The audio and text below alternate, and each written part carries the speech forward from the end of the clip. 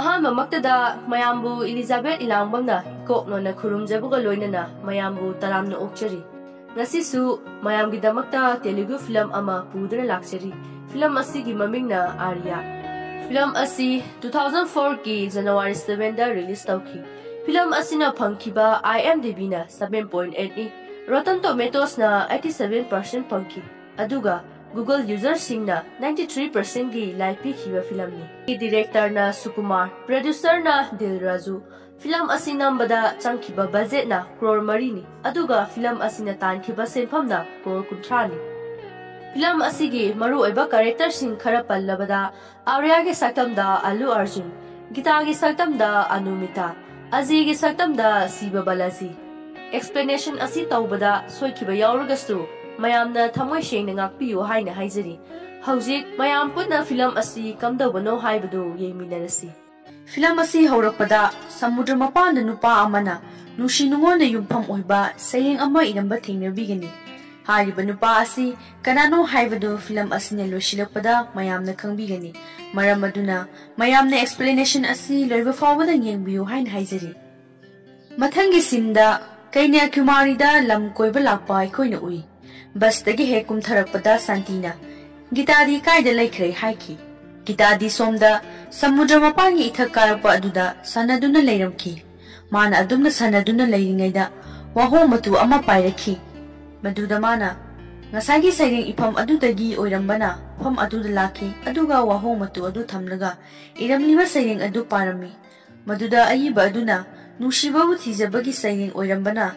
Gitana Nongmadi nupi amadagi nangi asingma nushiba phangjagini haina iramlaga mafam adudagi chatkirami Santi amadi Gita phajakraba Kanyakumari ki phajaraba numi thoklapa adu yengba laklumi Kanyakumari asi ayuki numi thokpa adugi phajabagi maramgidamak maming chappa Kerala gi mafam amani adumna makhoina yengduna leiringaida nupa kharasu camera paiduna photo kaplami maduda nupa amana Gita adu urubada asigi nupi asi airi yamna nungshi hairami atopa nupa adunasu airi magidamak siba phawba ngamgani haina so hairami makhoina hainaribasing adu Gita amadi Santina su tarami Santina mathong chadaba singsidi haina haiki makhoi ahum aduna magini hainarami Santina amadi Gitana makhoida yenglakpada nupa sing aduna phagi tawbanida haina hairami adumna tawnari ngaida Gita gi khongji adu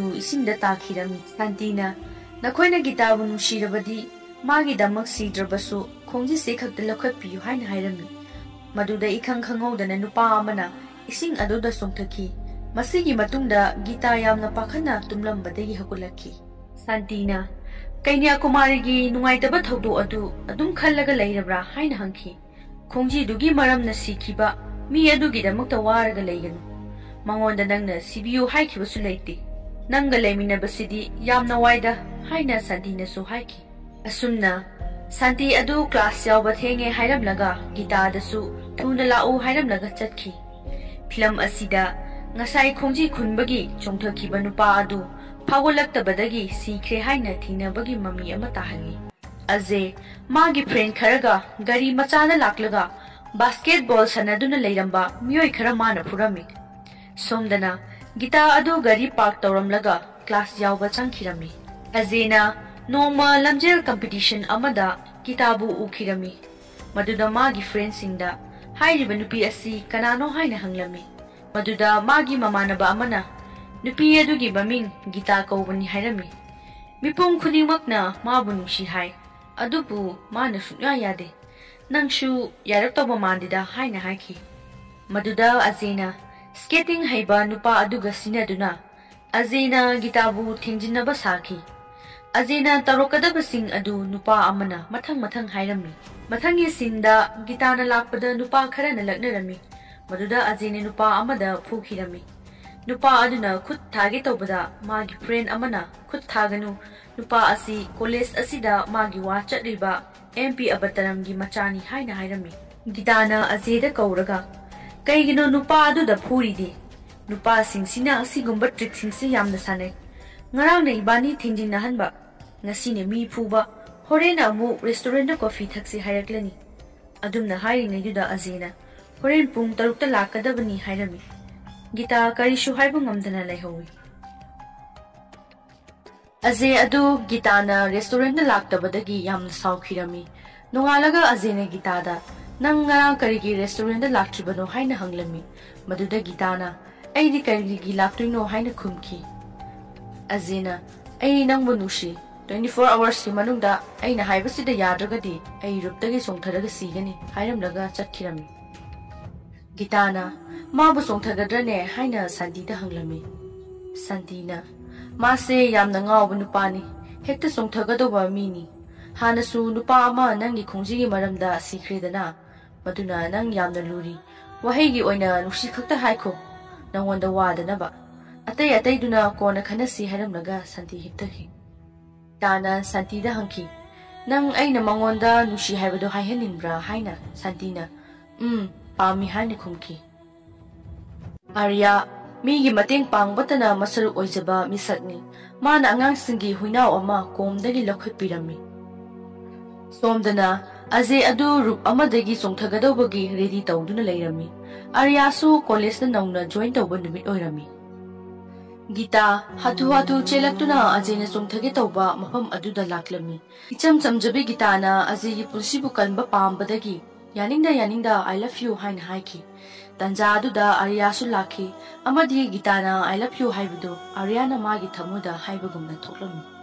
Arya Gita gi nushibana ngauramki Ajay amadi Gita na chatminaba kayada Arya na yingjeduna one side lover ama oina leiramki Arya na leyon phamdagi lei ama leirektuna Gita amadi Ajay na chatminaringaida Arya na Gita da lei adu piduna nushi phongdoklamnaga chatkirami madu ubada Ajay adu yamna sauki Magi mamanaba sing adu kauduna nupa asi kanano haina hanglami maduda magi friend amana nangi thabak tu chatlo flight na ngaroi ikhoina phanaba tawhorage haina hairami Ajayna airport chatnaba haina gari da ka gi tawbada Arya na piramba lei adu Gita gi larekta thelambadu ubada Gita na Ajay bu kiseduna lei adu laimai da thadaki Arya nung ahum pairaga kap amagi manungda changhanba ngamlabadi magi nushiba adu mai pakani haina Nungsing adu hunbada amata changkhide Gita music class yaurami Santi na Gita da hairami ngarang Ajay gi mamangda nang propose tawi haiba Gita na ay kayam saungningi khangbra Santi na mana nangi maramda khangdabadagi haiba oiramnida hain haiki Gita na natte ma khangna hairakpani haiki Santi na boyfriend laitana leibase boring yamna chuida kaigino aingonda mabu introduce tawdriba masak phajabra haina su hangki Gita na karigi masakno aina mabu amu hanna ubada adumna hairingai duda Arya adu Gita gi mamangda leptuna leinabi Arya na letter ama Gita da pirami letter adu Gita na sauna kanthoklamnaga chatki tahoraba letter adu Santi na khunduna yengrami Gita na aingonda asumna sanabirakanu haina hairami Arya na sanaba nate serious ni hairisi haiki Gita na ngarang aiga leminaramba nupado gi maming Ajay kawbani aigi lover ni haina su haiki Arya na mana nang nushiba aina nang nushiba sida karishu kaiba leite mi amana nang bu nushikre haina aina nang nushiba yade haibadudi leite Gita na kaigi nangdi aibu nushiba Arya na nushiba haibasidi punsini punsida nushiba yaudagadi mapung phaba punsi oiba ngamde Gita na nang aingondagi kari pambagino nangna aingonda nganglise haike Arya na nangna karisu tawngai leite sutnatangi aina nang nushibado nangi thamoida phahonbiu hain haike Gita na sumaina mai kanbase aidi yamna pamde ai nang busu nushide haina su haiki Arya maga loina ba angang singi manakta laktuna aigi nungshiba mai pakle haina laudun laki magi mamana bana kari hairake haina hairami Arya na Gita na aibu nushide hairai haina haiki Arya na aigi maramda sungkhan khandababudi khara khambibadun hena pai aigi maramda mana khandragadi mana aibu nushide hairamoi haina haiki somdana Gita gi friends singi mamangda Santi na letter adu parami maduda Santi na hayeng Arya da warning ama pigadabni haina yanaki Arya da nupi sing aduna wahang kaya ama hangki nupi amana Kaigi nangna Gitabu nushiraga lotuna thambagi mahutta phongna nushiba pamnise kaigino haina hanki. Ariana aigi nushiba se khajitang oiragadi lotpa ngamdauba yamna nushibanina aigi thamoida lotpham leite aduna phongmani haina haiki. Nupising aduna magi wahai adu tabada yamna ngakpa phawrami. Ariana nushibada question hangba amadi chingnaba laibaga loinana nushinaba si haunade haina so haiki. Gita class yauduna leirami matamduda Arya-shu cycle ama tongduna laklami. Ariana thongnaudagi Gitada aigi nushiba khara phawba ngamdabra haina haiki. Gita Ariana hanglakliba du thawoina tadabida class ta mamai onsinki. Amuka Ariana thongnaudagi aibu khajik phawba nushidabra haina hanki. Adumna tawringai aduda professor aduna Gitada nang mapana thokro haina hairaki. Gita mapana thoklaki aduga Arya-shu magi matungda ineraki. Gitana karino nangna aingonda hainingdise haina haiki. Ariana nangonda aigi nushiba machet amata phawdabra haina haiki. Gitana amata phawde aidi nang suknung nushide haina su haiki.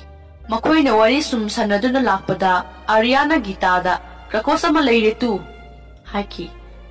Maduda Gitagi lyricsing adu takhirami. Ariana khungatlaga aina krakos haibadadi nangonda karigumba kharadi phawi aduga aina nang nushi haibadadi karimata phawba ngamdaba.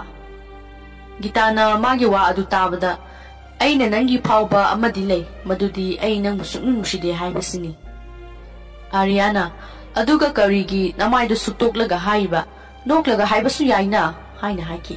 Gitana noklaga ai nangbu nushide haina haiki. Adubu Ariana di aidi nangbu nushi haina haiki. Gita table tennis sanaduna leiramki. Makoigi game loirabada Ariana Gitada towel ama piduna magi humang adu taithokhalami. Gitana towel pirakliba du Ariani khanglaklabada Ariana ngasisu aibu nushidi haina nangi maithongna takle. Se lao coffee thaklusi haina haiki. Maduda Gita adu yaningdabagi mami tawrami. Ariana ai nushidaba hemandana coffee phaw yauna nushidabro haina haiki. Gita Aryaga coffee thakminaki. Tanjaduda Gitada mamanabi amana kauraki. Maduda Ariana disturb tawrakano mana aibu nushidri. Ariana makhatana nangna aibu nushidabadu continue taw hainami. Manasu mi singda changduna hanki. Aina Gitabu nushibada nakoida akaiba pibra haina.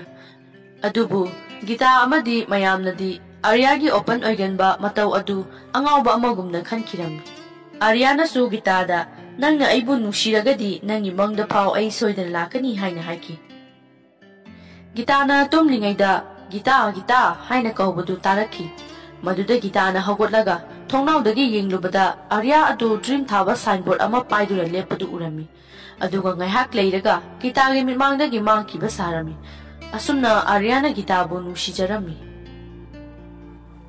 Ariana Gitada koitan tanaduna nushijaba adu azegi friends singna urami. Arya college cycle ama thauduna laklami.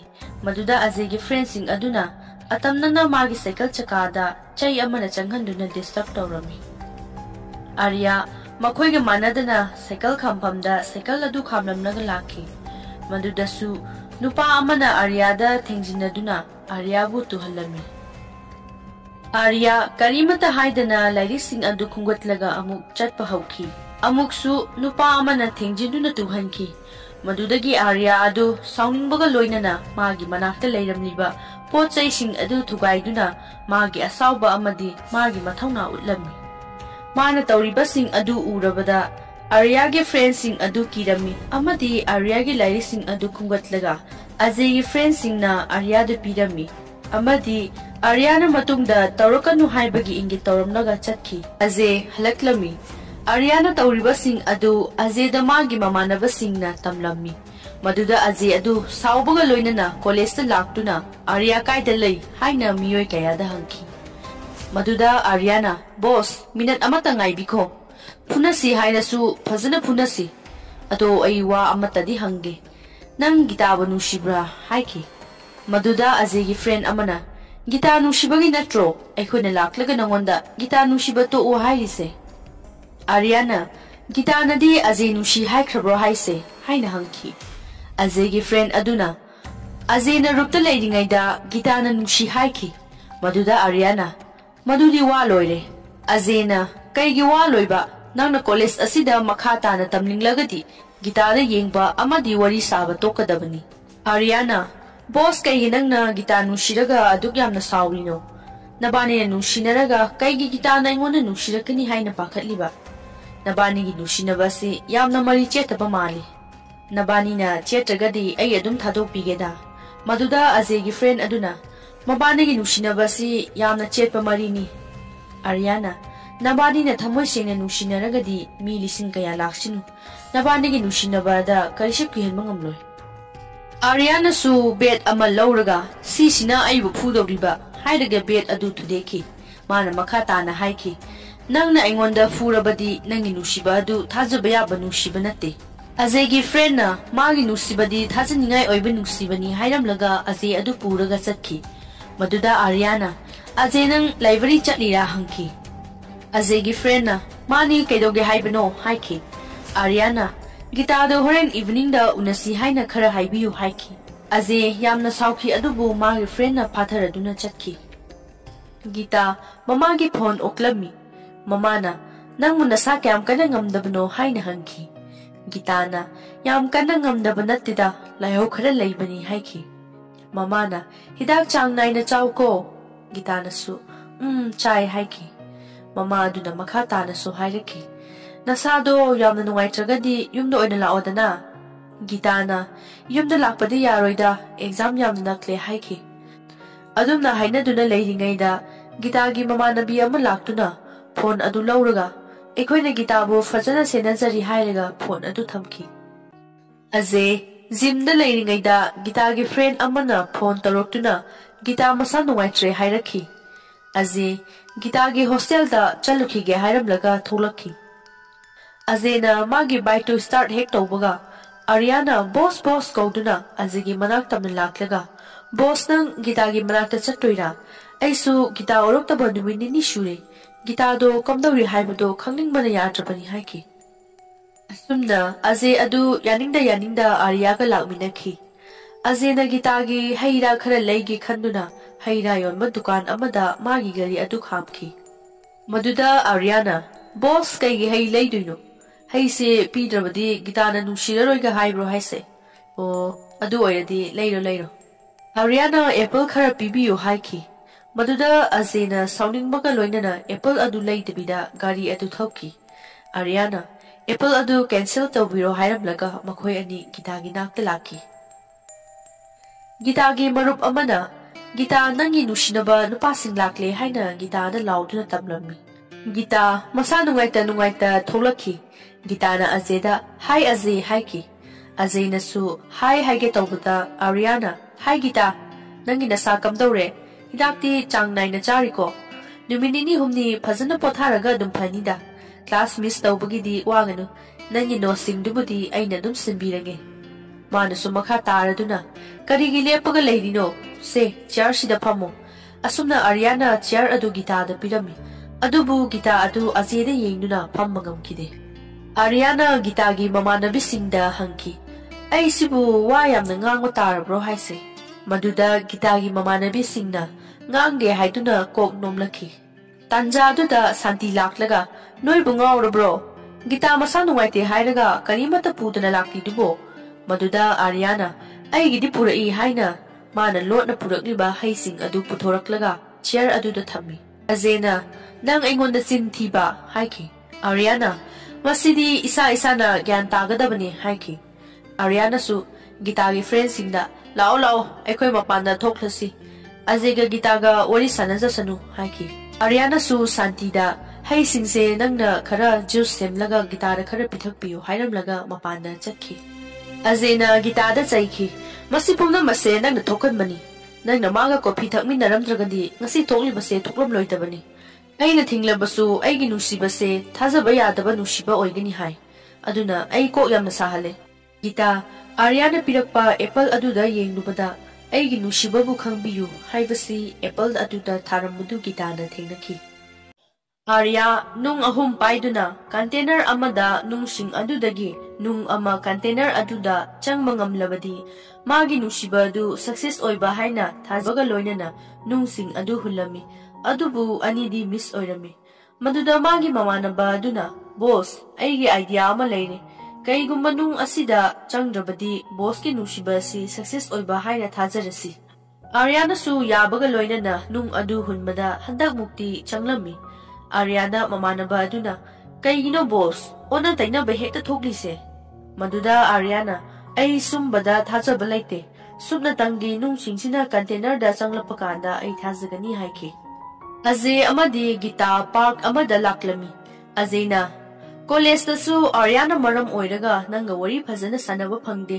nangsu class lai haina ai ga pa unaba phangde adunani aina sida kanana su yelaroidaba mafam sida nangu puraklise asumna aze amadi gita bench amada phamthaba haubaga Arya du makhoi gi drinks puduna lai Aryana chumi boss nangna haibudu aikhoida kana amatana disturb tawdana ba haibudu madu hairaga drinks tu makhoida pirami Arya gita da ngai hak munna yenglami maduda azena Arya da haike karigino nangna aikhoida ye dise madugi wa adu tabada Aryana boss ase manu shibada kanana shuyet pangamlo nushibada yetpa leirabadi nushibado asing manate nushiba haibasidi atei loina kawgudabani noise nungni nushinaraga nushiba haibasi karino khangdriba manida sese takhoi ani namit ani do yengno aduga taibang asi nakhoi gi mitmangdagi mangkini amadi hauraba flight ki makolsu nakhoi na taroi Aryana adumna hairaga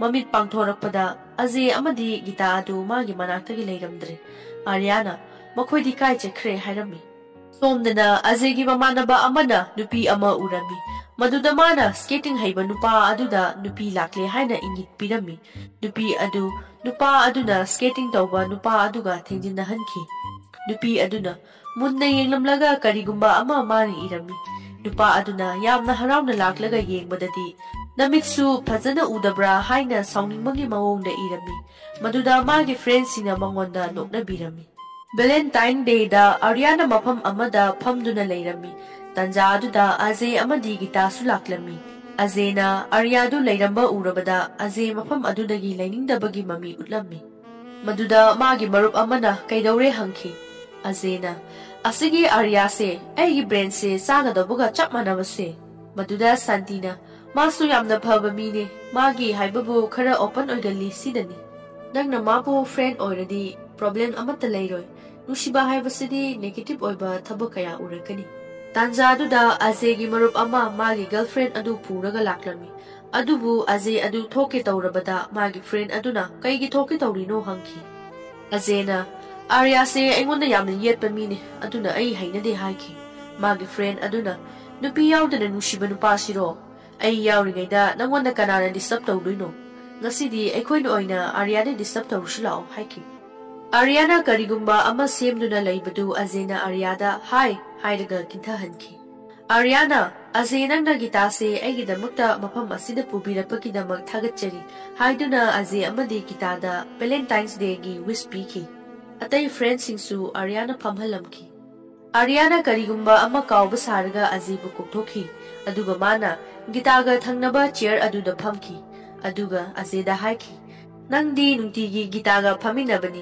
ngasidi aiga gitaga amutang phaminagedana haiki gita aze bukijabadagi haugatki adubu azena phamu haiki Aryana thank you haiki Aryana ngasidi aina mayam loinamaki ice cream leigani mayamgi apamba ice cream order tawbiro hairami makhoigi apamba sing adu mathang manau oina haiki maduda gitana chocolate ice cream khanki Arya su chap manana ice cream khanki Gitana cancel tawbiro haiki Arya su cancel tawbiro haiki madu ubada aze adu sounding lami Arya na makhut tingthoklaga aze gi friend ni nupi aduda khut ama khallu haiki nupi aduna khallabada Aryana aigi nungsibase success oirani haiki aze gi friend aduna nangdi mi ga nungsina duna leiriba nupi nungsiba nangna karamna nangi nungsibabu success oidoriba Aryana makhoi kainarapasu yai haiki madu tabada aze adu juice thaklambadagi haki Aryana ꯅꯨꯡꯁꯤꯅꯕ ꯈꯨꯗꯤꯡ ꯊꯨꯡꯅꯒꯅꯤ ꯍꯥꯏꯕ ꯂꯩꯇꯦ ꯅꯨꯡꯁꯤꯅꯕ ꯀꯌꯥ ꯀꯥꯏꯅꯈꯤꯕ ꯂꯩ ꯍꯥꯏꯈꯤ ꯉꯁꯤꯗꯤ ꯅꯨꯄꯥ ꯅꯨꯄꯤ ꯀꯌꯥꯅ ꯃꯐꯝ ꯑꯁꯤꯗ ꯂꯥꯛꯂꯤ ꯃꯊꯪ ꯆꯍꯤꯗ ꯀꯅꯥꯒ ꯑꯃꯨꯛ ꯂꯥꯛꯀꯅꯤ ꯍꯥꯏꯕ ꯉꯝꯕ꯭ꯔꯥ ꯑꯥꯔꯤꯌꯥꯅ ꯑꯖꯌꯒꯤ ꯐ꯭ꯔꯦꯟ ꯑꯗꯨꯗ ꯑꯦꯛꯖꯥꯝꯄꯜ ꯑꯣꯏꯅ ꯍꯥꯏꯔꯕꯗ ꯍꯧꯈꯤꯕ ꯆꯍꯤꯗ ꯅꯪ ꯔꯥꯅꯤꯒ ꯂꯥꯛꯏ ꯉꯁꯤꯅ ꯔꯣꯖꯤꯒ ꯂꯥꯛꯏ ꯃꯗꯨ ꯍꯥꯏꯕꯗ ꯔꯣꯖꯤꯅ ꯃꯥꯒꯤ ꯕꯣꯏꯐ꯭ꯔꯦꯟ ꯑꯗꯨ ꯖꯨꯁ ꯍꯩꯖꯤꯜꯂꯒ ꯆꯠꯈꯤ ꯁꯥꯟꯇꯤꯅ ꯑꯥꯔꯤꯌꯥꯗ ꯅꯪ ꯒꯤꯇꯥ ꯑꯃꯗꯤ ꯑꯖय ꯀꯥꯏꯅꯕ ꯄꯥꯝꯕ꯭ꯔꯥ ꯍꯥꯏꯈꯤ ꯑꯥꯔꯤꯌꯥꯅ ꯁꯦꯡꯗꯕ ꯅꯨꯡꯁꯤꯕꯅꯕꯨ ꯀꯥꯏꯅꯕꯅꯤ ꯑꯩꯅ ꯊꯥꯖꯩ ꯃꯗꯨꯗꯤ ꯄꯥꯡꯗꯕꯒꯤ ꯊꯧꯅꯥ ꯑꯣꯏꯅ ꯔꯨꯞꯇꯒꯤ ꯆꯣꯡꯊꯒꯅꯤ ꯍꯥꯏꯕꯗꯒꯤ ꯒꯤꯇꯥꯅ ꯑꯖꯌꯕꯨ ꯅꯨꯡꯁꯤ ꯍꯥꯏꯈꯤꯕꯅꯤ ꯍꯥꯏꯕꯁꯤ ꯃꯗꯨꯒꯤ ꯋꯥ ꯑꯗꯨ ꯇꯥꯕꯗ ꯑꯖय ꯌꯥꯝꯅ ꯁꯥꯎꯅ ꯆꯠꯈꯤ ꯑꯥꯔꯤꯌꯥꯅ ꯒꯤꯇꯥꯗ ꯁꯩꯊꯥꯕ ꯏꯁꯩ ꯑꯃ ꯁꯛꯈꯤ ꯑꯥꯔꯤꯌꯥꯅ ꯀꯣꯂꯦꯖꯀꯤ ꯅꯣꯇꯤꯁ ꯕꯣꯔꯗꯇ ꯉꯁꯤ ꯑꯁꯤ ꯒꯤꯇꯥꯒꯤ ꯕꯔꯊꯗꯦꯅꯤ ꯃꯌꯥꯝꯅ ꯃꯍꯥꯛꯄꯨ ꯋꯤꯁ ꯄꯤꯕꯤꯌꯨ ꯍꯥꯏꯅ ꯊꯥꯗꯨꯅ ꯊꯝꯂꯝꯃꯤ ꯒꯤꯇꯥ ꯀꯦꯛ ꯀꯛꯇꯕꯤꯗ ꯑꯖꯌꯕꯨ ꯉꯥꯏꯔꯝꯃꯤ ꯂꯥꯛꯃꯟꯗ꯭ꯔꯕꯗ ꯒꯤꯇꯥꯒꯤ ꯃꯃꯥꯟꯅꯕꯤꯁꯤꯡꯅ ꯀꯦꯛ ꯑꯗꯨ ꯀꯛꯂꯁꯤ ꯍꯥꯏꯅ ꯍꯥꯏꯔꯝꯃꯤ ꯒꯤꯇꯥ ꯄꯥꯝꯗ ꯀꯦꯛ ꯑꯗꯨ ꯀꯛꯀꯦ ꯇꯧꯔꯤꯉꯩꯗ ꯑꯥꯔꯤꯌꯥ ꯂꯥꯛꯂꯝꯃꯤ ꯑꯗꯨꯒ ꯒꯤꯐ ꯑꯃ ꯄꯤꯔꯝꯃꯤ ꯃꯗꯨꯗ ꯒꯤꯇꯥꯅ ꯊꯦꯡꯛꯁ ꯍꯥꯏꯈꯤ ꯇꯟꯖꯥꯗꯨꯃꯛꯇꯗ ꯑꯖय ꯂꯥꯛꯇꯨꯅ ꯃꯈꯣꯏꯅ ꯇꯧꯅꯔꯤꯕꯁꯤꯡ ꯑꯗꯨ ꯎꯈꯤ ꯑꯗꯨꯒ ꯁꯥꯎꯗꯨꯅ ꯍꯟꯈꯤ ꯑꯖय ꯌꯥꯝꯅ ꯁꯥꯎꯅ ꯐꯝꯗꯨꯅ ꯂꯩꯔꯝꯃꯤ ꯇꯟꯖꯥꯗꯨꯗ ꯃꯥꯒꯤ ꯐ꯭ꯔꯦꯟ ꯑꯃꯅ ꯉꯔꯥꯡ ꯒꯤꯇꯥꯒꯤ ꯕꯔꯊꯗꯦꯗꯣ ꯅꯨꯡꯉꯥꯏꯅ ꯄꯥꯡꯊꯣꯛꯈꯤꯕ꯭ꯔꯥ ꯍꯪꯈꯤ ꯑꯖꯌꯅ ꯁꯥꯎꯅꯤꯡꯃꯟꯕꯒ ꯂꯣꯏꯅꯅ ꯅꯨꯄꯥ ꯑꯗꯨꯕꯨ ꯐꯨꯈꯤ ꯃꯥꯒꯤ ꯃꯃꯥꯟꯅꯕ ꯑꯃꯅ ꯑꯖꯌꯕꯨ ꯒꯤꯇꯥ ꯂꯥꯛꯂꯦ ꯇꯞꯊꯧ ꯍꯥꯏꯅ ꯍꯥꯏꯔꯝꯃꯤ ꯒꯤꯇꯥꯅ ꯑꯖय ꯅꯪꯗꯤ ꯉꯔꯥꯡ ꯂꯥꯛꯇ꯭ꯔꯗꯤ ꯀꯩꯗꯧꯔꯦ ꯑꯩꯅ ꯉꯥꯏꯕ ꯌꯥꯕ ꯉꯥꯏꯈꯤ ꯑꯖयꯅ ꯁꯥꯎꯅꯤꯡꯅ ꯍꯥꯏꯈꯤ ꯑꯩ ꯂꯥꯛꯇ꯭ꯔꯤ ꯍꯥꯏꯅ ꯅꯪꯒꯤ ꯕꯔꯊꯗꯦ ꯑꯗꯨ ꯇꯧꯗꯅ ꯇꯣꯛꯈꯤꯕ꯭ꯔꯣ ꯅꯪꯒꯤ ꯅꯨꯡꯁꯤꯅꯕ ꯅꯨꯄꯥꯒ ꯅꯨꯡꯉꯥꯏꯅ ꯇꯧꯈ꯭ꯔꯕ ꯅꯠꯇ꯭ꯔꯣ ꯒꯤꯇꯥꯅ ꯅꯪꯅ ꯍꯥꯏꯔꯤꯁꯦ ꯑꯥꯔꯤꯌꯥꯔꯣ ꯃꯥꯅ ꯄꯤꯔꯛꯄ ꯒꯤꯐꯁꯦ ꯌꯦꯡꯉꯣ ꯍꯥꯏꯅ ꯒꯤꯐ ꯑꯗꯨ ꯌꯦꯡꯍꯟꯈꯤ ꯃꯗꯨꯗ ꯃꯥꯒꯤ ꯃꯔꯨꯞꯁꯤꯡꯅ ꯑꯥꯔꯤꯌꯥꯁꯤ ꯌꯥꯝꯅ ꯁꯤꯡꯕ ꯃꯤꯅꯤ ꯍꯥꯏꯈꯤ ꯒꯤꯇꯥꯅ ꯑꯖय ꯑꯥꯔꯤꯌꯥꯗ ꯅꯪꯅ ꯂꯥꯟꯅ ꯈꯟꯕꯗꯅꯤ ꯃꯥꯗꯤ ꯌꯥꯝꯅ ꯆꯝꯕ ꯃꯤꯅꯤ ꯃꯥꯅ ꯏꯕꯥꯅꯤꯒꯤ ꯅꯨꯡꯁꯤꯅꯕꯁꯦ ꯀꯥꯏꯅꯕ ꯄꯥꯝꯂꯒꯗꯤ ꯃꯥꯅ ꯑꯩꯉꯣꯟꯗ ꯒꯤꯐ ꯄꯤꯔꯛꯂꯤꯕꯁꯦ ꯄꯤꯔꯛꯂꯣꯏ ꯃꯥꯗꯤ ꯁꯨꯞꯅꯇꯪꯒꯤ ꯑꯩꯈꯣꯏꯒ ꯐ꯭ꯔꯦꯟ ꯁꯥꯟꯅꯅꯤꯡꯕꯒꯤ ꯋꯥꯅꯤ ꯍꯥꯏꯔꯝꯂꯒ ꯒꯤꯇꯥ ꯑꯗꯨ ꯆꯠꯈꯤ ꯇꯟꯖꯥꯗꯨꯗ ꯑꯥꯔꯤꯌꯥꯅ ꯄꯣꯁ ꯑꯃꯗꯒꯤ ꯀꯨꯝꯊꯔꯛꯇꯨꯅ ꯕꯣꯁ ꯑꯩꯒꯤ ꯒꯤꯐꯇꯨꯕꯨ ꯀꯝꯗꯧꯒꯦ ꯍꯪꯈꯤ ꯑꯖय ꯁꯥꯎꯅꯤꯡꯕ ꯃꯇꯧ ꯎꯠꯈꯤ ꯑꯖयꯅ ꯆꯨꯔꯨꯞ ꯑꯃ ꯊꯛꯈꯤ ꯃꯗꯨꯗ ꯑꯥꯔꯤꯌꯥꯅ ꯕꯣꯁ ꯆꯨꯔꯨꯞ ꯊꯛꯄꯁꯦ ꯍꯛꯆꯥꯡ ꯌꯥꯝ ꯁꯣꯛꯄꯅꯦ ꯃꯗꯨꯒꯤ ꯃꯍꯨꯠꯇ ꯑꯦꯛꯁꯔꯁꯥꯏꯖ ꯇꯧꯕꯤꯌꯨ ꯍꯩ ꯔꯥꯁꯨ ꯆꯥꯕꯤꯌꯨ ꯃꯗꯨ ꯑꯣꯏꯔꯒꯗꯤ ꯑꯩꯒꯤ ꯂꯚꯔ ꯒꯤꯇꯥꯅ ꯅꯪꯕꯨꯁꯨ ꯄꯥꯝꯕꯤꯒꯅꯤ ꯍꯥꯏꯔꯝꯂꯒ ꯆꯠꯈꯤ ꯑꯖयꯒꯤ ꯃꯃꯥꯟꯅꯕ ꯑꯃꯅ ꯑꯥꯔꯤꯌꯥ ꯑꯁꯤ ꯑꯩꯈꯣꯏꯅ ꯂꯥꯛꯅꯕ ꯉꯝꯂꯔꯣꯏ ꯅꯣꯏꯒꯤ ꯗꯦꯠꯀꯤ ꯃꯇꯦꯡ ꯂꯧꯗ꯭ꯔꯒꯗꯤ ꯌꯥꯔꯔꯣꯏ ꯍꯥꯏꯈꯤ ꯑꯖय ꯃꯥꯒꯤ ꯐ꯭ꯔꯦꯟꯁꯤꯡꯒ ꯂꯣꯏꯅꯅ ꯃꯄꯥꯒꯤ ꯃꯅꯥꯛꯇ ꯂꯥꯛꯈꯤ ꯃꯄꯥꯅ ꯄ꯭ꯔꯣꯕ꯭ꯂꯦꯝ ꯑꯗꯨ ꯁꯣꯜꯚ ꯇꯧꯅꯕ ꯒꯨꯟꯗꯥ ꯁꯨꯕꯨꯕꯨ ꯑꯖयꯒꯤ ꯃꯇꯦꯡ ꯄꯥꯡꯅꯕ ꯍꯥꯏꯔꯝꯃꯤ ꯒꯤꯇꯥ ꯂꯥꯏꯕ꯭ꯔꯦꯔꯤꯗ ꯁ꯭ꯇꯗꯤ ꯇꯧꯔꯤꯉꯩꯗ ꯑꯖयꯒꯤ ꯃꯃꯥꯟꯅꯕ ꯑꯃ ꯂꯥꯛꯇꯨꯅ ꯑꯖयꯅ ꯒꯤꯇꯥ ꯅꯪ ꯌꯥꯝ ꯊꯨꯅ ꯊꯣꯛꯂꯛꯎ ꯍꯥꯏꯔꯛꯏ ꯍꯥꯏꯅ ꯍꯥꯏꯈꯤ ꯒꯤꯇꯥ ꯑꯖयꯕꯨ ꯎꯅꯕ ꯂꯥꯛꯈꯤ ꯑꯥꯔꯤꯌꯥꯁꯨ ꯂꯝꯕꯤꯗ ꯂꯥꯛꯈꯤ ꯁ꯭ꯀꯦꯇꯤꯡ ꯇꯧꯕ ꯅꯨꯄꯥ ꯑꯗꯨꯒ ꯃꯈꯣꯏꯒ ꯁꯤꯟꯅꯔꯒ ꯑꯥꯔꯤꯌꯥꯒ ꯒꯤꯇꯥꯒ ꯊꯤꯡꯖꯤꯟꯅꯍꯟꯈꯤ ꯑꯗꯨꯒ ꯑꯖयꯅ ꯐꯣꯇꯣ ꯀꯥꯞꯍꯧꯗꯨꯅ ꯑꯥꯔꯤꯌꯥꯕꯨ ꯂꯥꯟꯅ ꯎꯅꯕ ꯁꯤꯟꯈꯤ ꯅꯣꯇꯤꯁ ꯕꯣꯔꯗꯇ ꯒꯤꯇꯥ ꯑꯃꯗꯤ ꯑꯥꯔꯤꯌꯥꯒꯤ ꯐꯣꯇꯣ ꯊꯦꯠꯆꯤꯟꯗꯨꯅ ꯒꯤꯇꯥꯅ ꯑꯩꯕꯨ ꯀꯣꯟꯕꯤꯈꯤ ꯑꯃꯗꯤ ꯃꯥꯅꯁꯨ ꯑꯩꯕꯨ ꯀꯤꯁ ꯇꯧꯕꯤꯈꯤ ꯍꯥꯏꯅ ꯊꯥꯖꯤꯟꯗꯨꯅ ꯑꯥꯔꯤꯌꯥꯅ ꯇꯧꯕ ꯊꯕꯛ ꯑꯃꯒꯨꯝꯅ ꯃꯌꯥꯝꯅ ꯎꯍꯟꯈꯤ ꯒꯤꯇꯥ ꯃꯌꯥꯝꯅ ꯕꯣꯔꯗ ꯑꯗꯨꯗ ꯌꯦꯡꯅꯕꯗꯨꯗ ꯃꯥꯁꯨ ꯆꯪꯂꯒ ꯌꯦꯡꯂꯨꯕꯗ ꯊꯥꯔꯝꯂꯤꯕ ꯋꯥꯍꯩꯁꯤꯡ ꯑꯗꯨ ꯃꯥꯅ ꯄꯥꯕꯗ ꯌꯥꯝꯅ ꯏꯀꯥꯏ ꯅꯨꯡꯁꯤ ꯌꯥꯅꯔꯝꯃꯤ ꯒꯤꯇꯥꯅ ꯁꯨꯝ ꯂꯥꯛꯄꯗ ꯃꯌꯥꯝꯅ ꯅꯣꯛꯅꯕꯗꯨꯗ ꯃꯍꯥꯛ ꯌꯥꯝꯅ ꯏꯀꯥꯏꯈꯤ ꯁꯣꯝꯗꯅ ꯑꯥꯔꯤꯌꯥ ꯌꯥꯝꯅ ꯍꯔꯥꯎꯅ ꯂꯥꯛꯈꯤ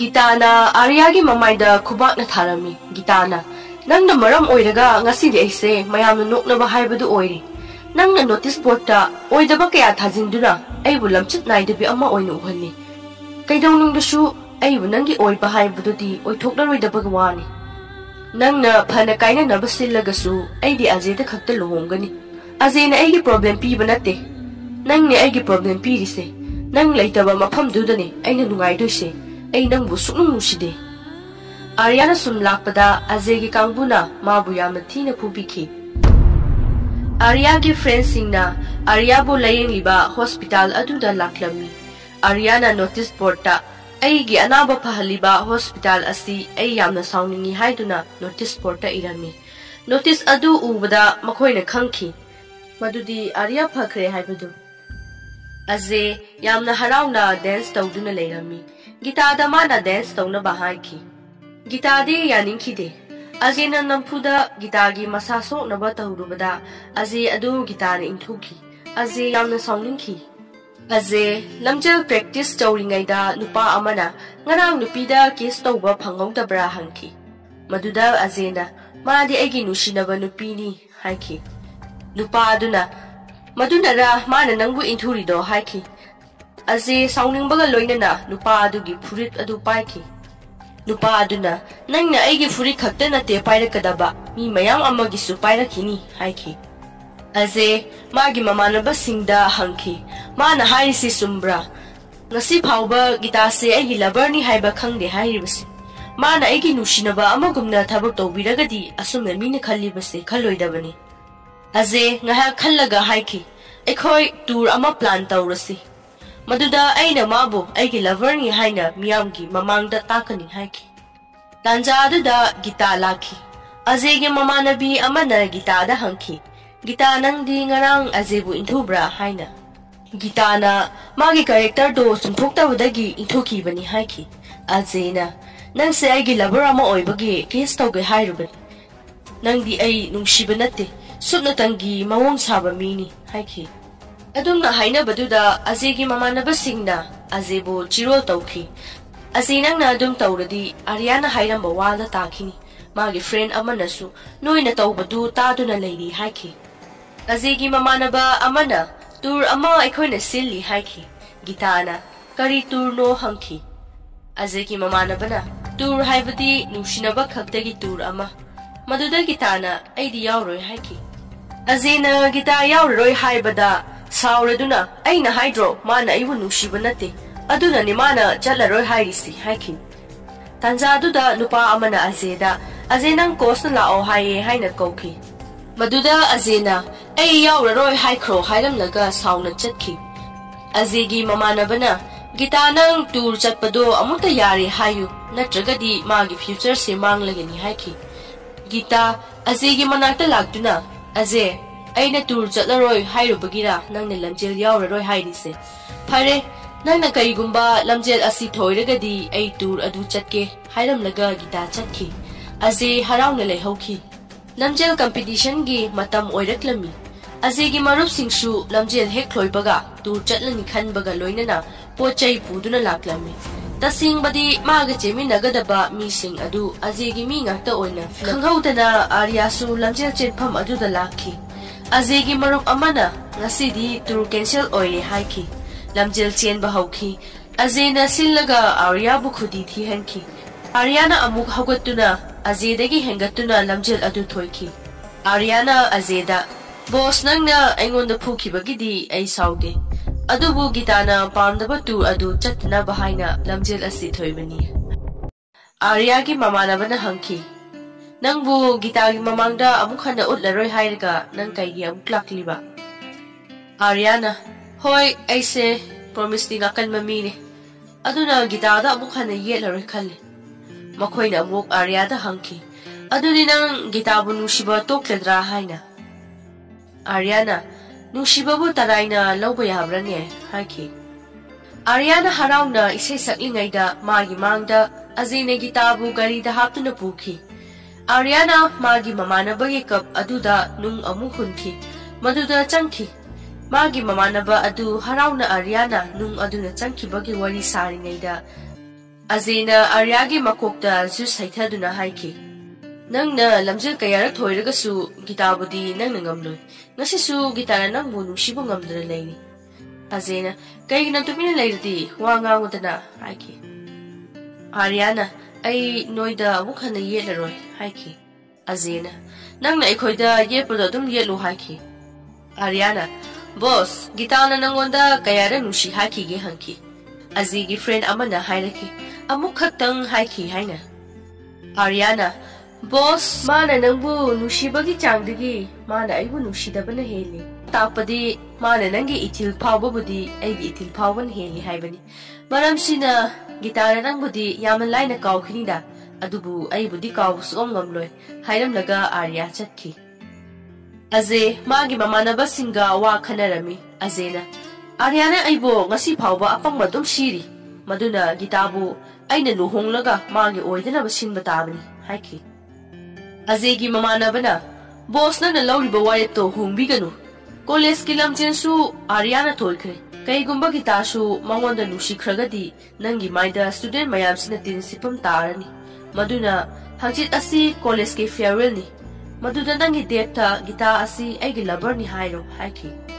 farewell ki numit laklabada Ajay na magi date gita busak taki mapana maga nanga nusinaba natro nang maga luhongma pama natro hairamlaga stage ta kakatuna aigi ichagi nupi oigadawri bidu ngasi mayamgi mamangda khanganjari madudi atai kana sunate Miss Lalasani haiki mapagi wadu tawada Ajay angakpo phawki aduga gitasu magi friends singi mamangda ikai nusi yanaki gitagi paw tabadagi gitagi mamadu laktuna masa nupi da haiki ai icham chamba oja amakhak oibatani nangi nusi lambidu lali haibasu nate aina thajai madudi nangi phirepta asoiba leiramloi haiba adubu kaigumba asoiba nuwaitaba thabak ama thoklabadi madugi chainadi nang khangbogi pangal leiroi haibasi nang kawganu gita haiki Ajayna that ai nupi aduga lohongmo ngamloi haiki mapana nang gitagi nusibana ngawrena ko haiki Ajayna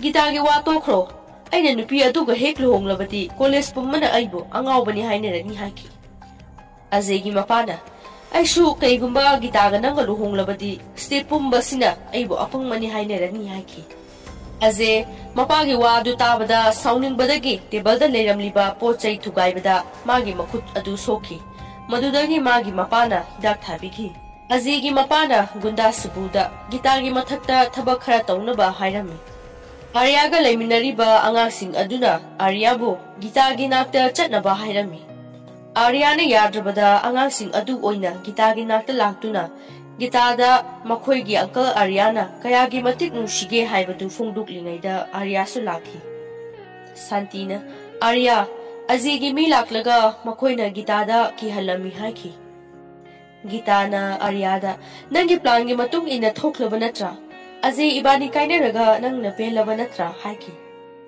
Aryana nangna pamlise Ajay bu nangi nakta purakpadu natra haiki asumna Arya Ajay gi yumda lakhi Aryana Ajay gi mapada haiki ai gitagi lover ni aduna gitara pama pot khudimak aina piba tabani gitana nangi nachabu haujuk unaba pami maduna nangi nacha Ajay bu pukhiba tare haiki Ajay gi mapana mi usitaba mingonda haiki nang angangsu oiri aduna kona khanasi chatlo ai khara busy oiri haiki tanja duda khon amasu tawraki maduda Aryana oklaga sardo busy oiri kona tawbira u haiki Ajay gi mapadu yam nangak pa phawki Aryaga miyoi kharaga mafam aduda khut thoknaki Arya Ajay gi nakta laktuna gitana nangbu unaba pami haiki Ajay gi sauningma mataw adu ubada Aryana haiki boss ai nabani unahalamlaga ai adum chakhigi haiki Ajay gitagi nakta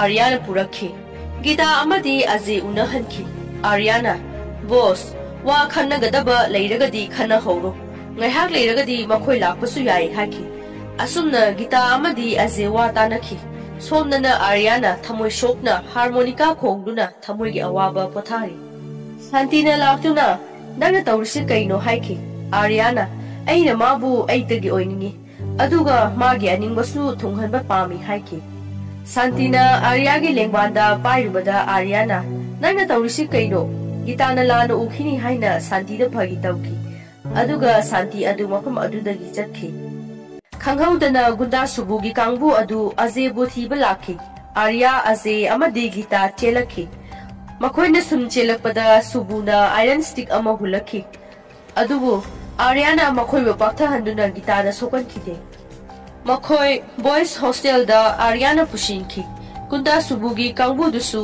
tanarakhi makhoi rooftop yaurabada subu adu yamna harauki adubu boys hostel gi nupasing aduna subugi kangbu adu mangakta thang thamduna leirami gitana subugi maida magi slipper na thaduna subuna gitada tawkibadugi lamar singki subu yamna sauki Ajay Arya amadi gita mafam adudagi chatkhi Ajay gi mapana gunda subuda haiki ꯑꯩꯒꯤ ꯏꯆꯥꯗꯤ ꯂꯨꯍꯣꯡꯅꯕ ꯄꯨꯔꯛꯎ ꯑꯗꯨꯒ ꯑꯇꯩ ꯑꯅꯤ ꯑꯗꯨꯅ ꯍꯥꯠꯇꯣꯛꯈ꯭ꯔꯣ ꯍꯥꯏꯔꯛꯈꯤ꯫ Arya, guitar ꯑꯃꯗꯤ ꯑꯖꯦ ꯒꯥꯔꯤꯗ ꯂꯥꯛꯈꯤ꯫ ꯑꯥꯔꯤꯌꯥꯅ ꯒꯤꯇꯥꯗ ꯌꯦꯡꯕꯗꯨ ꯁꯥꯎꯅꯤꯡꯕꯗꯒꯤ ꯑꯖꯦꯅ mirror ꯑꯗꯨ ꯊꯨꯒꯥꯏꯈꯤ꯫ ꯑꯥꯔꯤꯌꯥꯒ ꯒꯤꯇꯥꯒ ꯑꯃꯨꯛ ꯐꯝꯃꯤꯟꯅꯈꯤ꯫ ꯑꯥꯔꯤꯌꯥꯅ ꯊꯧꯔꯤꯕ ꯒꯥꯔꯤ ꯑꯗꯨ ꯌꯥꯔꯛꯇꯕꯗꯒꯤ ꯃꯈꯣꯏ ꯀꯨꯝꯊꯅꯔꯝꯃꯤ꯫ ꯃꯗꯨꯗ ꯑꯥꯔꯤꯌꯥ ꯑꯗꯨ ꯈꯪꯍꯧꯗꯅ ꯆꯦꯟꯈꯤ꯫ ꯑꯖꯦꯒ ꯒꯤꯇꯥꯒꯁꯨ ꯇꯨꯡ ꯍꯟꯅ ꯌꯦꯡꯗꯅ ꯁꯨꯕꯨꯅ ꯇꯥꯟꯅꯔꯛꯂꯕꯣꯏ ꯈꯜꯂꯗꯨꯅ ꯑꯥꯔꯤꯌꯥꯒꯤ ꯃꯇꯨꯡ ꯏꯟꯅꯈꯤ꯫ ꯃꯈꯣꯏ ꯇ꯭ꯔꯦꯟ ꯑꯃꯗ ꯇꯣꯡꯂꯝꯃꯤ꯫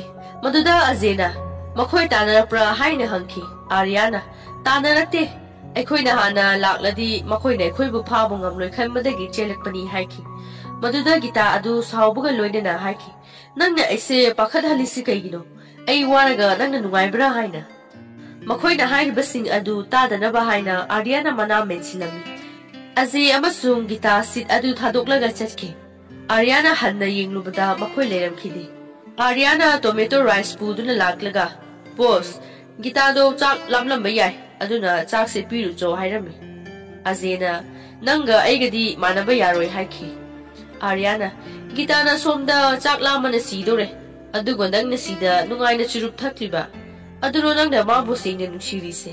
ꯑꯖꯦꯅ "ꯌꯥꯝꯅ ꯑꯣꯚꯔ ꯑꯦꯛꯇꯤꯡ ꯇꯧꯒꯅꯨ" ꯍꯥꯏꯈꯤ꯫ ꯑꯥꯔꯤꯌꯥꯅ "ꯐꯔꯦ, ꯑꯗꯨꯗꯤ ꯑꯩꯅ ꯑꯣꯏꯅ ꯄꯤꯔꯨꯔꯒꯦ" ꯍꯥꯏꯈꯤ꯫ ꯃꯗꯨꯗ ꯑꯖꯦꯅ "ꯅꯪꯅ ꯄꯤꯕ ꯌꯥꯔꯣꯏ, ꯑꯩꯅ ꯄꯤꯒꯦ" ꯍꯥꯏꯅ ꯇꯣꯃꯦꯇꯣ ꯔꯥꯏꯁ ꯑꯗꯨ ꯒꯤꯇꯥꯒꯤ ꯅꯥꯛꯇ ꯄꯨꯔꯒ ꯂꯥꯛꯈꯤ꯫ ꯑꯖꯦꯅ ꯆꯥꯛ ꯑꯗꯨ ꯒꯤꯇꯥꯗ ꯄꯤꯕꯗ ꯒꯤꯇꯥꯅ ꯆꯥꯅꯤꯡꯗꯦ ꯍꯥꯏꯈꯤ꯫ ꯑꯖꯦꯅ "ꯅꯪ ꯑꯌꯨꯛꯇꯒꯤ ꯀꯔꯤꯃꯠꯇ ꯆꯥꯔꯛꯇ꯭ꯔꯤ" ꯍꯥꯏꯈꯤ꯫ ꯒꯤꯇꯥꯅ "ꯑꯥꯔꯤꯌꯥꯅ ꯉꯁꯥꯏꯅ ꯄꯨꯗꯨꯅ ꯂꯥꯛꯂꯝꯂꯕ ꯆꯥꯛꯅꯤ ꯅꯪꯅ ꯄꯨꯔꯛꯂꯤꯁꯦ" ꯍꯥꯏꯈꯤ꯫ ꯃꯕꯥꯅꯤꯒꯤ ꯃꯇꯧꯗꯨ ꯎꯕꯗ ꯑꯥꯔꯤꯌꯥꯅ "ꯕꯣꯁ, ꯅꯪꯅ ꯄꯤꯕꯁꯨ ꯌꯥꯕꯤꯗ꯭ꯔꯕ" ꯍꯥꯏꯈꯤ꯫ ꯒꯤꯇꯥ ꯈꯪꯍꯧꯗꯅ ꯑꯖꯦꯗꯒꯤ ꯆꯥꯛ ꯑꯗꯨ ꯂꯧꯔꯒ ꯑꯖꯦꯒꯤ ꯃꯥꯏ ꯉꯥꯛꯅꯕ ꯍꯥꯏꯅ ꯆꯥꯈꯤ꯫ ꯇꯁꯦꯡꯕꯗꯤ ꯐꯤꯂꯝ ꯑꯁꯤꯗ ꯎꯍꯜꯂꯤꯕꯁꯤ ꯑꯥꯔꯤꯌꯥꯅ ꯒꯤꯇꯥꯒꯤꯗꯃꯛ ꯀꯌꯥꯒꯤ ꯃꯇꯤꯛ ꯈꯟꯖꯕ, ꯋꯥꯖꯕꯗꯨ ꯐꯖꯅ ꯎꯠꯂꯤ꯫ ꯑꯥꯔꯤꯌꯥꯅ ꯃꯤꯡꯆꯠ ꯑꯊꯤꯕ ꯐꯪꯂꯒꯁꯨ ꯒꯤꯇꯥꯒꯤ ꯅꯤꯡꯕ ꯊꯨꯡꯂꯒꯗꯤ ꯌꯥꯔꯦ ꯍꯥꯏꯕꯁꯤꯅꯤ꯫ ꯇꯤꯀꯦꯠ ꯆꯦꯛ ꯇꯧꯕ ꯂꯥꯛꯄ ꯅꯨꯄꯥ ꯑꯗꯨꯅ ꯑꯥꯔꯤꯌꯥꯗ "ꯅꯨꯄꯤ ꯑꯁꯤ ꯀꯅꯥꯅꯣ?" ꯍꯪꯈꯤ꯫ ꯑꯥꯔꯤꯌꯥꯅ "ꯑꯩꯒꯤ ꯂꯚꯔꯅꯤ" ꯍꯥꯏꯈꯤ꯫ ꯑꯗꯨꯒ ꯑꯖꯦ ꯑꯗꯨꯁꯨ "ꯀꯅꯥꯅꯣ?" ꯍꯥꯏꯅ ꯍꯪꯈꯤ꯫ ꯑꯥꯔꯤꯌꯥꯅ "ꯅꯨꯄꯤ ꯑꯁꯤꯒꯤ ꯂꯚꯔꯅꯤ" ꯍꯥꯏꯅ ꯈꯨꯝꯈꯤ꯫ ꯇꯤꯀꯦꯠ ꯆꯦꯛ ꯇꯧꯕ ꯅꯨꯄꯥ ꯑꯗꯨ ꯄꯨꯡꯉꯥꯎ ꯉꯥꯎꯔꯝꯃꯤ꯫ ꯒꯤꯇꯥ ꯅꯨꯡꯉꯥꯏꯅ ꯇꯨꯝꯗꯨꯅ ꯂꯩꯔꯤꯉꯩꯗ ꯆꯥ ꯌꯣꯟꯕ ꯅꯨꯄꯥ ꯑꯃ ꯂꯥꯛꯂꯝꯃꯤ꯫ ꯑꯥꯔꯤꯌꯥꯅ "ꯇꯨꯃꯤꯟꯅ ꯆꯠꯂꯨ" ꯒꯤꯇꯥ ꯇꯨꯝꯂꯤ ꯍꯥꯏꯕꯒꯤ ꯁꯥꯏꯟ ꯇꯧꯗꯨꯅ ꯒꯤꯇꯥꯕꯨ ꯅꯨꯡꯉꯥꯏꯅ ꯇꯨꯝꯍꯟꯈꯤ꯫ ꯁꯣꯝꯗꯅ ꯒꯨꯟꯗꯥ ꯁꯨꯕꯨꯒꯤ ꯀꯥꯡꯕꯨ ꯇ꯭ꯔꯦꯟ ꯁ꯭ꯇꯦꯁꯟꯗ ꯂꯥꯛꯇꯨꯅ ꯃꯈꯣꯏꯅ ꯇꯣꯡꯗꯨꯅ ꯂꯥꯛꯂꯤꯕ ꯇ꯭ꯔꯦꯟ ꯑꯗꯨꯕꯨ ꯉꯥꯏꯔꯤ꯫ ꯇ꯭ꯔꯦꯟ ꯑꯗꯨꯁꯨ ꯂꯥꯛꯂꯝꯃꯤ꯫ ꯁꯨꯕꯨ ꯑꯃꯗꯤ ꯃꯥꯒ ꯂꯥꯛꯃꯤꯟꯅꯔꯤꯕ ꯃꯤꯑꯣꯏꯁꯤꯡ ꯑꯗꯨ ꯑꯥꯔꯤꯌꯥꯅ ꯎꯈꯤ ꯑꯃꯗꯤ ꯃꯥꯅ ꯂꯥꯛꯇꯨꯅ ꯑꯖꯦꯗ ꯍꯥꯏꯈꯤ, "ꯁꯨꯕꯨ ꯍꯣꯏ ꯁ꯭ꯇꯦꯁꯟꯗ ꯂꯩꯔꯦ" ꯍꯥꯏꯅ꯫ ꯑꯖꯦꯅ "ꯁꯤꯗ ꯗ꯭ꯔꯃꯥ ꯁꯥꯟꯅꯔꯛꯀꯅꯨ" ꯍꯥꯏꯗꯨꯅ ꯃꯥꯒꯤ ꯋꯥ ꯑꯗꯨ ꯇꯥꯈꯤꯗꯦ꯫ ꯑꯥꯔꯤꯌꯥꯅ ꯒꯤꯇꯥꯒꯤ ꯅꯥꯛꯇ ꯂꯥꯛꯇꯨꯅ ꯒꯤꯇꯥꯕꯨ ꯃꯈꯣꯏꯅ ꯎꯗꯅꯕ ꯀꯔꯤ ꯇꯧꯁꯤꯒꯦ ꯈꯟꯗꯨꯅ ꯂꯩꯔꯝꯃꯤ꯫ ꯑꯥꯔꯤꯌꯥ ꯑꯥꯏꯗꯤꯌꯥ ꯑꯃ ꯂꯥꯛꯇꯨꯅ ꯒꯤꯇꯥꯒꯤ ꯁꯝꯐꯥꯕꯤ ꯀ꯭ꯂꯤꯞ ꯑꯗꯨ ꯂꯧꯊꯣꯛꯇꯨꯅ ꯒꯤꯇꯥꯒꯤ ꯁꯝ ꯑꯗꯨꯅ ꯃꯥꯒꯤ ꯃꯃꯥꯏ ꯑꯗꯨ ꯈꯨꯝꯖꯤꯟꯍꯟꯈꯤ꯫ ꯃꯗꯨꯗ ꯒꯨꯟꯗꯥ ꯁꯨꯕꯨꯒꯤ ꯀꯥꯡꯕꯨ ꯑꯗꯨ ꯇ꯭ꯔꯦꯟꯗ ꯀꯥꯈꯠꯂꯛꯈꯤ꯫ ꯑꯥꯔꯤꯌꯥ ꯃꯈꯣꯏꯒ ꯈꯨꯠ ꯊꯣꯛꯅꯈꯤ꯫ ꯁꯨꯕꯨꯅ ꯁꯨꯝ ꯆꯦꯛ ꯇꯧꯗꯨꯅ ꯂꯥꯛꯄꯗ ꯒꯤꯇꯥꯅ ꯊꯣꯡꯅꯥꯎ ꯃꯌꯥꯗ ꯅꯨꯡꯉꯥꯏꯅ ꯇꯨꯝꯗꯨꯅ ꯂꯩꯕ ꯑꯗꯨ ꯎꯔꯕꯗ ꯇ꯭ꯔꯦꯟ ꯑꯗꯨꯗ ꯆꯪꯒꯦ ꯇꯧꯕꯗ ꯑꯥꯔꯤꯌꯥꯅ ꯊꯣꯡ ꯊꯤꯡꯖꯤꯟꯗꯨꯅ ꯁꯨꯕꯨ ꯑꯗꯨ ꯂꯩꯃꯥꯏꯗ ꯇꯥꯗꯨꯅ ꯌꯥꯝꯅ ꯁꯥꯎꯅ ꯂꯩꯍꯧꯏ꯫ ꯑꯥꯔꯤꯌꯥꯅ ꯒꯤꯇꯥꯒꯤ ꯃꯥꯡꯗ ꯇ꯭ꯔꯦꯟꯗꯒꯤ ꯇꯥꯕ ꯁꯥꯈꯤ꯫ ꯃꯗꯨꯗ ꯒꯤꯇꯥꯅ ꯊꯣꯛꯂꯛꯇꯨꯅ "ꯇ꯭ꯔꯦꯟꯗ ꯀꯥꯈꯠꯂꯛꯎ" ꯍꯥꯏꯈꯤ꯫ ꯃꯗꯨꯗ ꯈꯪꯈꯤ ꯒꯤꯇꯥꯅ ꯑꯥꯔꯤꯌꯥꯕꯨ ꯁꯨꯛꯅꯨꯡ ꯅꯨꯡꯁꯤꯗꯕ ꯅꯠꯇꯦ ꯍꯥꯏꯅ꯫ ꯑꯥꯔꯤꯌꯥ ꯀꯞ ꯑꯗꯨꯗ ꯍꯋꯥꯏ ꯈꯔ ꯍꯨꯜꯂꯒ ꯃꯅꯨꯡꯗ ꯆꯪꯍꯟꯅꯕ ꯍꯣꯠꯅꯔꯝꯃꯤ꯫ ꯃꯗꯨꯗ ꯑꯖꯦꯅ "ꯅꯪꯅ ꯇ꯭ꯔꯥꯏ ꯇꯧꯔꯤꯁꯦ ꯅꯪꯒꯤ ꯅꯨꯡꯁꯤꯕꯁꯦ ꯁꯛꯁꯦꯁ ꯑꯣꯏꯅꯤ ꯑꯣꯏꯔꯣꯏ ꯍꯥꯏꯕꯗꯨ ꯅꯠꯇ꯭ꯔꯥ?" ꯑꯥꯔꯤꯌꯥꯅ "ꯑꯩꯒꯤ ꯅꯠꯇꯦ, ꯅꯪꯒꯤ ꯌꯦꯡꯕꯤꯕꯅꯦ. ꯅꯪꯒꯤ ꯅꯨꯡꯁꯤꯕꯁꯦ ꯁꯛꯁꯦꯁ ꯑꯣꯏꯗꯧꯕ ꯃꯥꯟꯗꯦ. ꯕꯣꯁ, ꯅꯪꯅ ꯁꯤꯗ ꯂꯥꯛꯂꯤꯁꯦ ꯒꯤꯇꯥ ꯅꯨꯡꯁꯤꯕꯒꯤꯔ ꯅꯠꯇ꯭ꯔꯒ ꯂꯂꯥꯁꯥꯒ ꯂꯨꯍꯣꯡꯕ ꯄꯥꯝꯗꯕꯒꯤꯔ?" ꯍꯥꯏꯈꯤ꯫ ꯃꯗꯨꯒꯤ ꯋꯥꯗꯨ ꯇꯥꯕꯗ ꯑꯖꯦ ꯑꯗꯨ ꯁꯥꯎꯅꯤꯡꯕꯒ ꯂꯣꯏꯅꯅ ꯑꯥꯔꯤꯌꯥꯒꯤ ꯐꯨꯔꯤꯠ ꯄꯥꯏꯈꯤ꯫ ꯑꯗꯨꯕꯨ ꯑꯖꯦꯅ ꯒꯤꯇꯥ ꯂꯥꯛꯄ ꯎꯕꯗꯒꯤ ꯑꯥꯔꯤꯌꯥꯗ ꯃꯔꯥꯜ ꯁꯤꯔꯒ "ꯑꯩꯕꯨ ꯐꯨꯋꯣ" ꯍꯥꯏꯅ ꯃꯔꯥꯜ ꯁꯤꯈꯤ, ꯑꯥꯔꯤꯌꯥꯕꯨ ꯂꯥꯟꯅ ꯎꯍꯟꯗꯨꯅ꯫ ꯑꯖꯦꯅ ꯒꯤꯇꯥꯗ ꯍꯥꯏꯈꯤ, "ꯃꯥꯒ ꯑꯩꯒ ꯆꯠꯃꯤꯟꯅꯕ ꯉꯝꯂꯔꯣꯏ. ꯒꯤꯇꯥ, ꯅꯪꯒꯤ ꯑꯄꯥꯝꯕ ꯑꯃ ꯍꯥꯏꯌꯨ. ꯃꯥꯒ ꯂꯩꯍꯧꯒꯦ ꯍꯥꯏꯕ꯭ꯔꯥ ꯅꯠꯇ꯭ꯔꯒꯅ ꯑꯩꯒ ꯂꯩꯒꯦ ꯍꯥꯏꯕ꯭ꯔꯥ?" ꯃꯗꯨꯗ ꯒꯤꯇꯥ ꯑꯗꯨ ꯇꯧꯐꯝ ꯈꯪꯂꯝꯗꯦ꯫ ꯑꯥꯔꯤꯌꯥꯅ ꯒꯤꯇꯥꯒꯤ ꯇꯧꯐꯝ ꯈꯪꯗꯕ ꯃꯇꯧ ꯑꯗꯨ ꯎꯕꯗ ꯑꯥꯔꯤꯌꯥ ꯃꯈꯣꯏꯒ ꯄꯨꯟꯈꯤꯗꯦ꯫ ꯒꯤꯇꯥ ꯑꯃꯗꯤ ꯑꯖꯦ ꯃꯐꯝ ꯑꯃꯗ ꯀꯨꯝꯊꯈꯤ꯫ ꯑꯗꯨꯕꯨ ꯒꯨꯟꯗꯥ ꯁꯨꯕꯨꯅ ꯒꯤꯇꯥ ꯐꯥꯈꯤ꯫ Subuna Azeda haiki, nang napana nang kakta hing na pura uhay aduna gita di ay oirani haiki. Azena gita bu thadok na ba haiki, maduda subuna, nang ay natawriba tabakse tinglagadi nang ginapasu ay nahatkani haiki. Aze mathawai hing na ba gita bu thadok tuna chatki. Gita na sububu inthoklam laga chelakki. Gita chelakpada khudi thiduna turami. Subuna magi makhuta netuna gita bu makhut channaba hotnaringaida Arya mafam aduda laki. Aduga subuga akan mamawongda khut thoknaduna sububu mafam aduda hatki. Aryana gita bu azegi mafamda amuk sinaki. Azegi thamoy masal khanglakpadagi gita gi thamoyda haraufam khangdaba haibadu oirami. Aryana hogotlakpada gita adu ungduna leirami. Aryana gita Azedi kaida sakre hanki aduga azebu Aryana kauduna thiki. Aryana gitada Azena chithi ama iramlaga thanami. Mado hapta amagi matungda lakani hai haina tamlingaida gita adu masa nungaitabagi mawung ama uraki. Maduda Aryana gita gi maraibak soktuna yeglubada gita adu fever leire khangki. Madudagi maiba kauduna hidak thahanki. Aryana uina gita gi tumba nungaina ba haina humai humlingaida gita da kakching amana chikpadu uki. Maduda mana kakching aduda thina ngangki. Aryana kakching aduda thina ngangba yaba ngangdaga kakching aduna amuk Arya da chikpadu ubada gita noki. Maduda Aryana gita gi minokta saithaba isay ama sakki. Aryana khoi chopningaida gita na nungna thaduna nga adu tanthoktu na noki. Aryana nang yamna change tawre hojikti aingonda sawbasu udi haiki. Gitana ai change tawde haiduna oinaki. Aryana phare dudi sum phagigi oina nangna Arya saro aduga aine gita sarege haiki. Gita su wafam aduda yaki. Gitana Arya gi role lawduna gita sariba Arya da I love you haiki. Gita sariba Aryana ai di nang bu sunu shide haiki. Arya sariba gitana hanjin hanjina nushi haiki. Adubu gita sariba Aryana hanjin hanjina nushide haibadu tabada gita kaplaga chatki. Film asida uhalibasi Aryana nushiriba mawong asi karigumba gitana nushiramba thoklabadi thamoy sokpaga loinana nushibagi awabadu leigini haibani.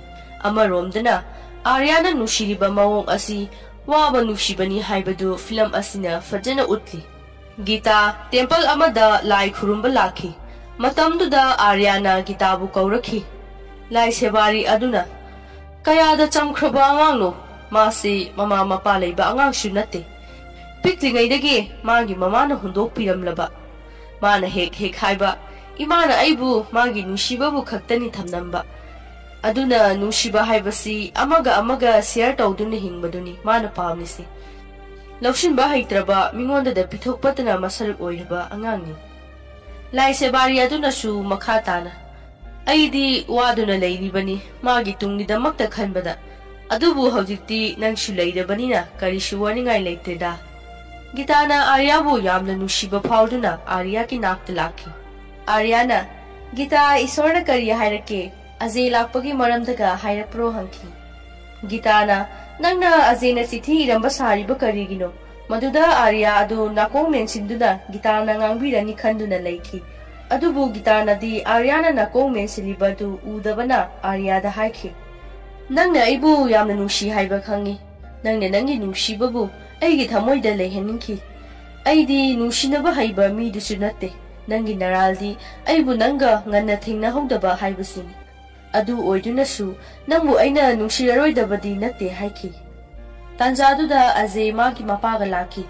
Gitana haiki basing adu Aryana takitre khanglami. Azayna Aryada ai tasengna asengba nushibasi karino khanglamdi. Aina yamna pongjaki. Aingonda yarapa nupi aduginama.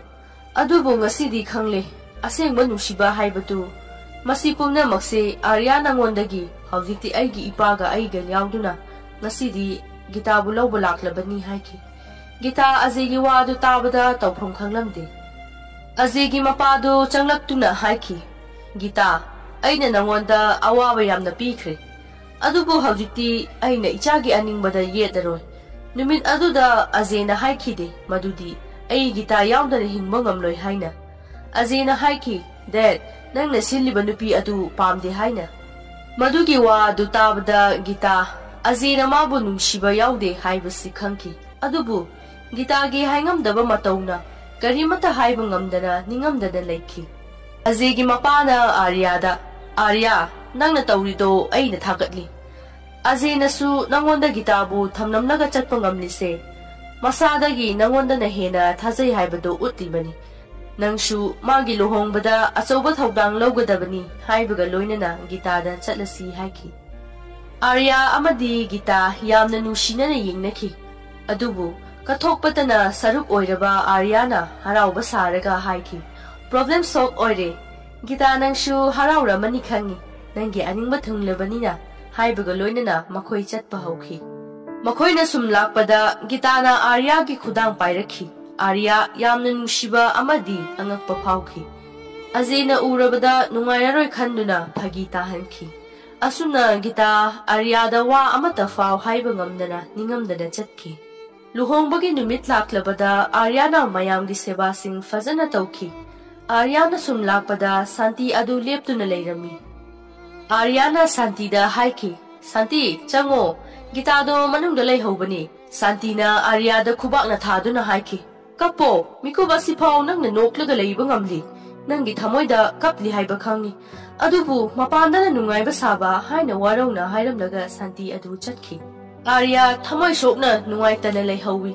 Adumna leiringaiduda Gita mamanabisinga thoglakhi. Gitana Arya gi matau ubada yamna nungaitaba poklami. Aryana Gita nanga wari amata sanamba pami haiki. Maduda mamanabi sing aduna Gitabu thanamlaga chatki. Aryana Gita aigi nungsibagi matam loidaba pamikup kharada ngairi. Asi phauba nangna aibu mikup ama phauba nungsiba ngamdabra hangki. Aina khalami nungsiba haibasi kathokpa khaktani haina. Adubu ngasidi nahongna na hanglakli. Kathokpa khaktana nungsibara haina. Mikup asida nangna aibu machet ama phau nungsiba ngamdabra. Aigi punsina angawba amagumna hinglabasu ai sumiyoibani Gita. Singna hairabada ai nang yaudana hingma ngamno. Gita Arya ge wa adu tabada mapi ira chelami. Aryana madu urabada phagita thoktuna Gita gi nungaitaba adu leitana bahotnarami. Aryana Gita nungaiba yumban oiko haina wish pibaga loinana Rose ama Gitada piramnaga chatki. Maduda Rose adugi lainada pirang marik ama pakpadu Gitana urabada Aryana chatkiba adu thamoi kaina chatkibani haibasi khamki. Arya thamoi kaina mitlu pirang sinthaduna luhongpham adutagi chatki. Gita su nungaitana leiringaida Aryaga leiminaramba angangsing aduna Gitage gift ama purakhi. Gitana gift adu hangdoktuna yenglubada magi kaina kumarida takhiba khongji adu oirami. Film asigi ahobada sareng ama Gitana ukibadusu gift aduda yaurami. Potlam sing asi ururaga Gitana khanglakhi. Khongji takhiba numit aduda chongthakhiba nupa adu Aryani haina. Mayamna sikre haina khankraba Arya nga phaba mi singna thengnaduna hingnakpagi mami adusu film asida uhalli. Gita tasengna khangki madudi mabu ahama nungsiba nupa asi Ajenate Aryani haina. Gita lohongphamgi lai sebarina soliba mafam aduda laktuna phamki. Gita Aryana magidamakta tawkhibasing adu ningshingduna mapi ira sembadu phathaba ngamlaktraduna lai sebarina haibasing adu taramde. Aduga Gitana ai Aryabu pami nungsi hairaga luhongpham adu thadoklaga Arya gi nakta chelakhi. Arya wakhal nungaitana harmonica ama khongduna leirami. Gita lakpaduda Arya adu lepkhalai. Gitana haujiti ibani character change tawrasi nangna Gita oiro aina Arya oirage haina. Arya mapi pirang sintharakpadu nong tarakpani haibagumna Gitada uhanbadu Gitana khangladuna Gitana Aryabu chetna konsinki. Asumna Arya gi amakpa leitraba nungshibana Ajegi nungsibabu maithiba piduna Gita amadi Arya thunakhi. Asumna film asi loisinki. mayambu loiba fawo yengbibagidamakta thagappa phongdokchari amadi mayamna channel asibu nushibiduna subscribe tawbiyo hainasu haijari amuka hanasu mayambu thagatchari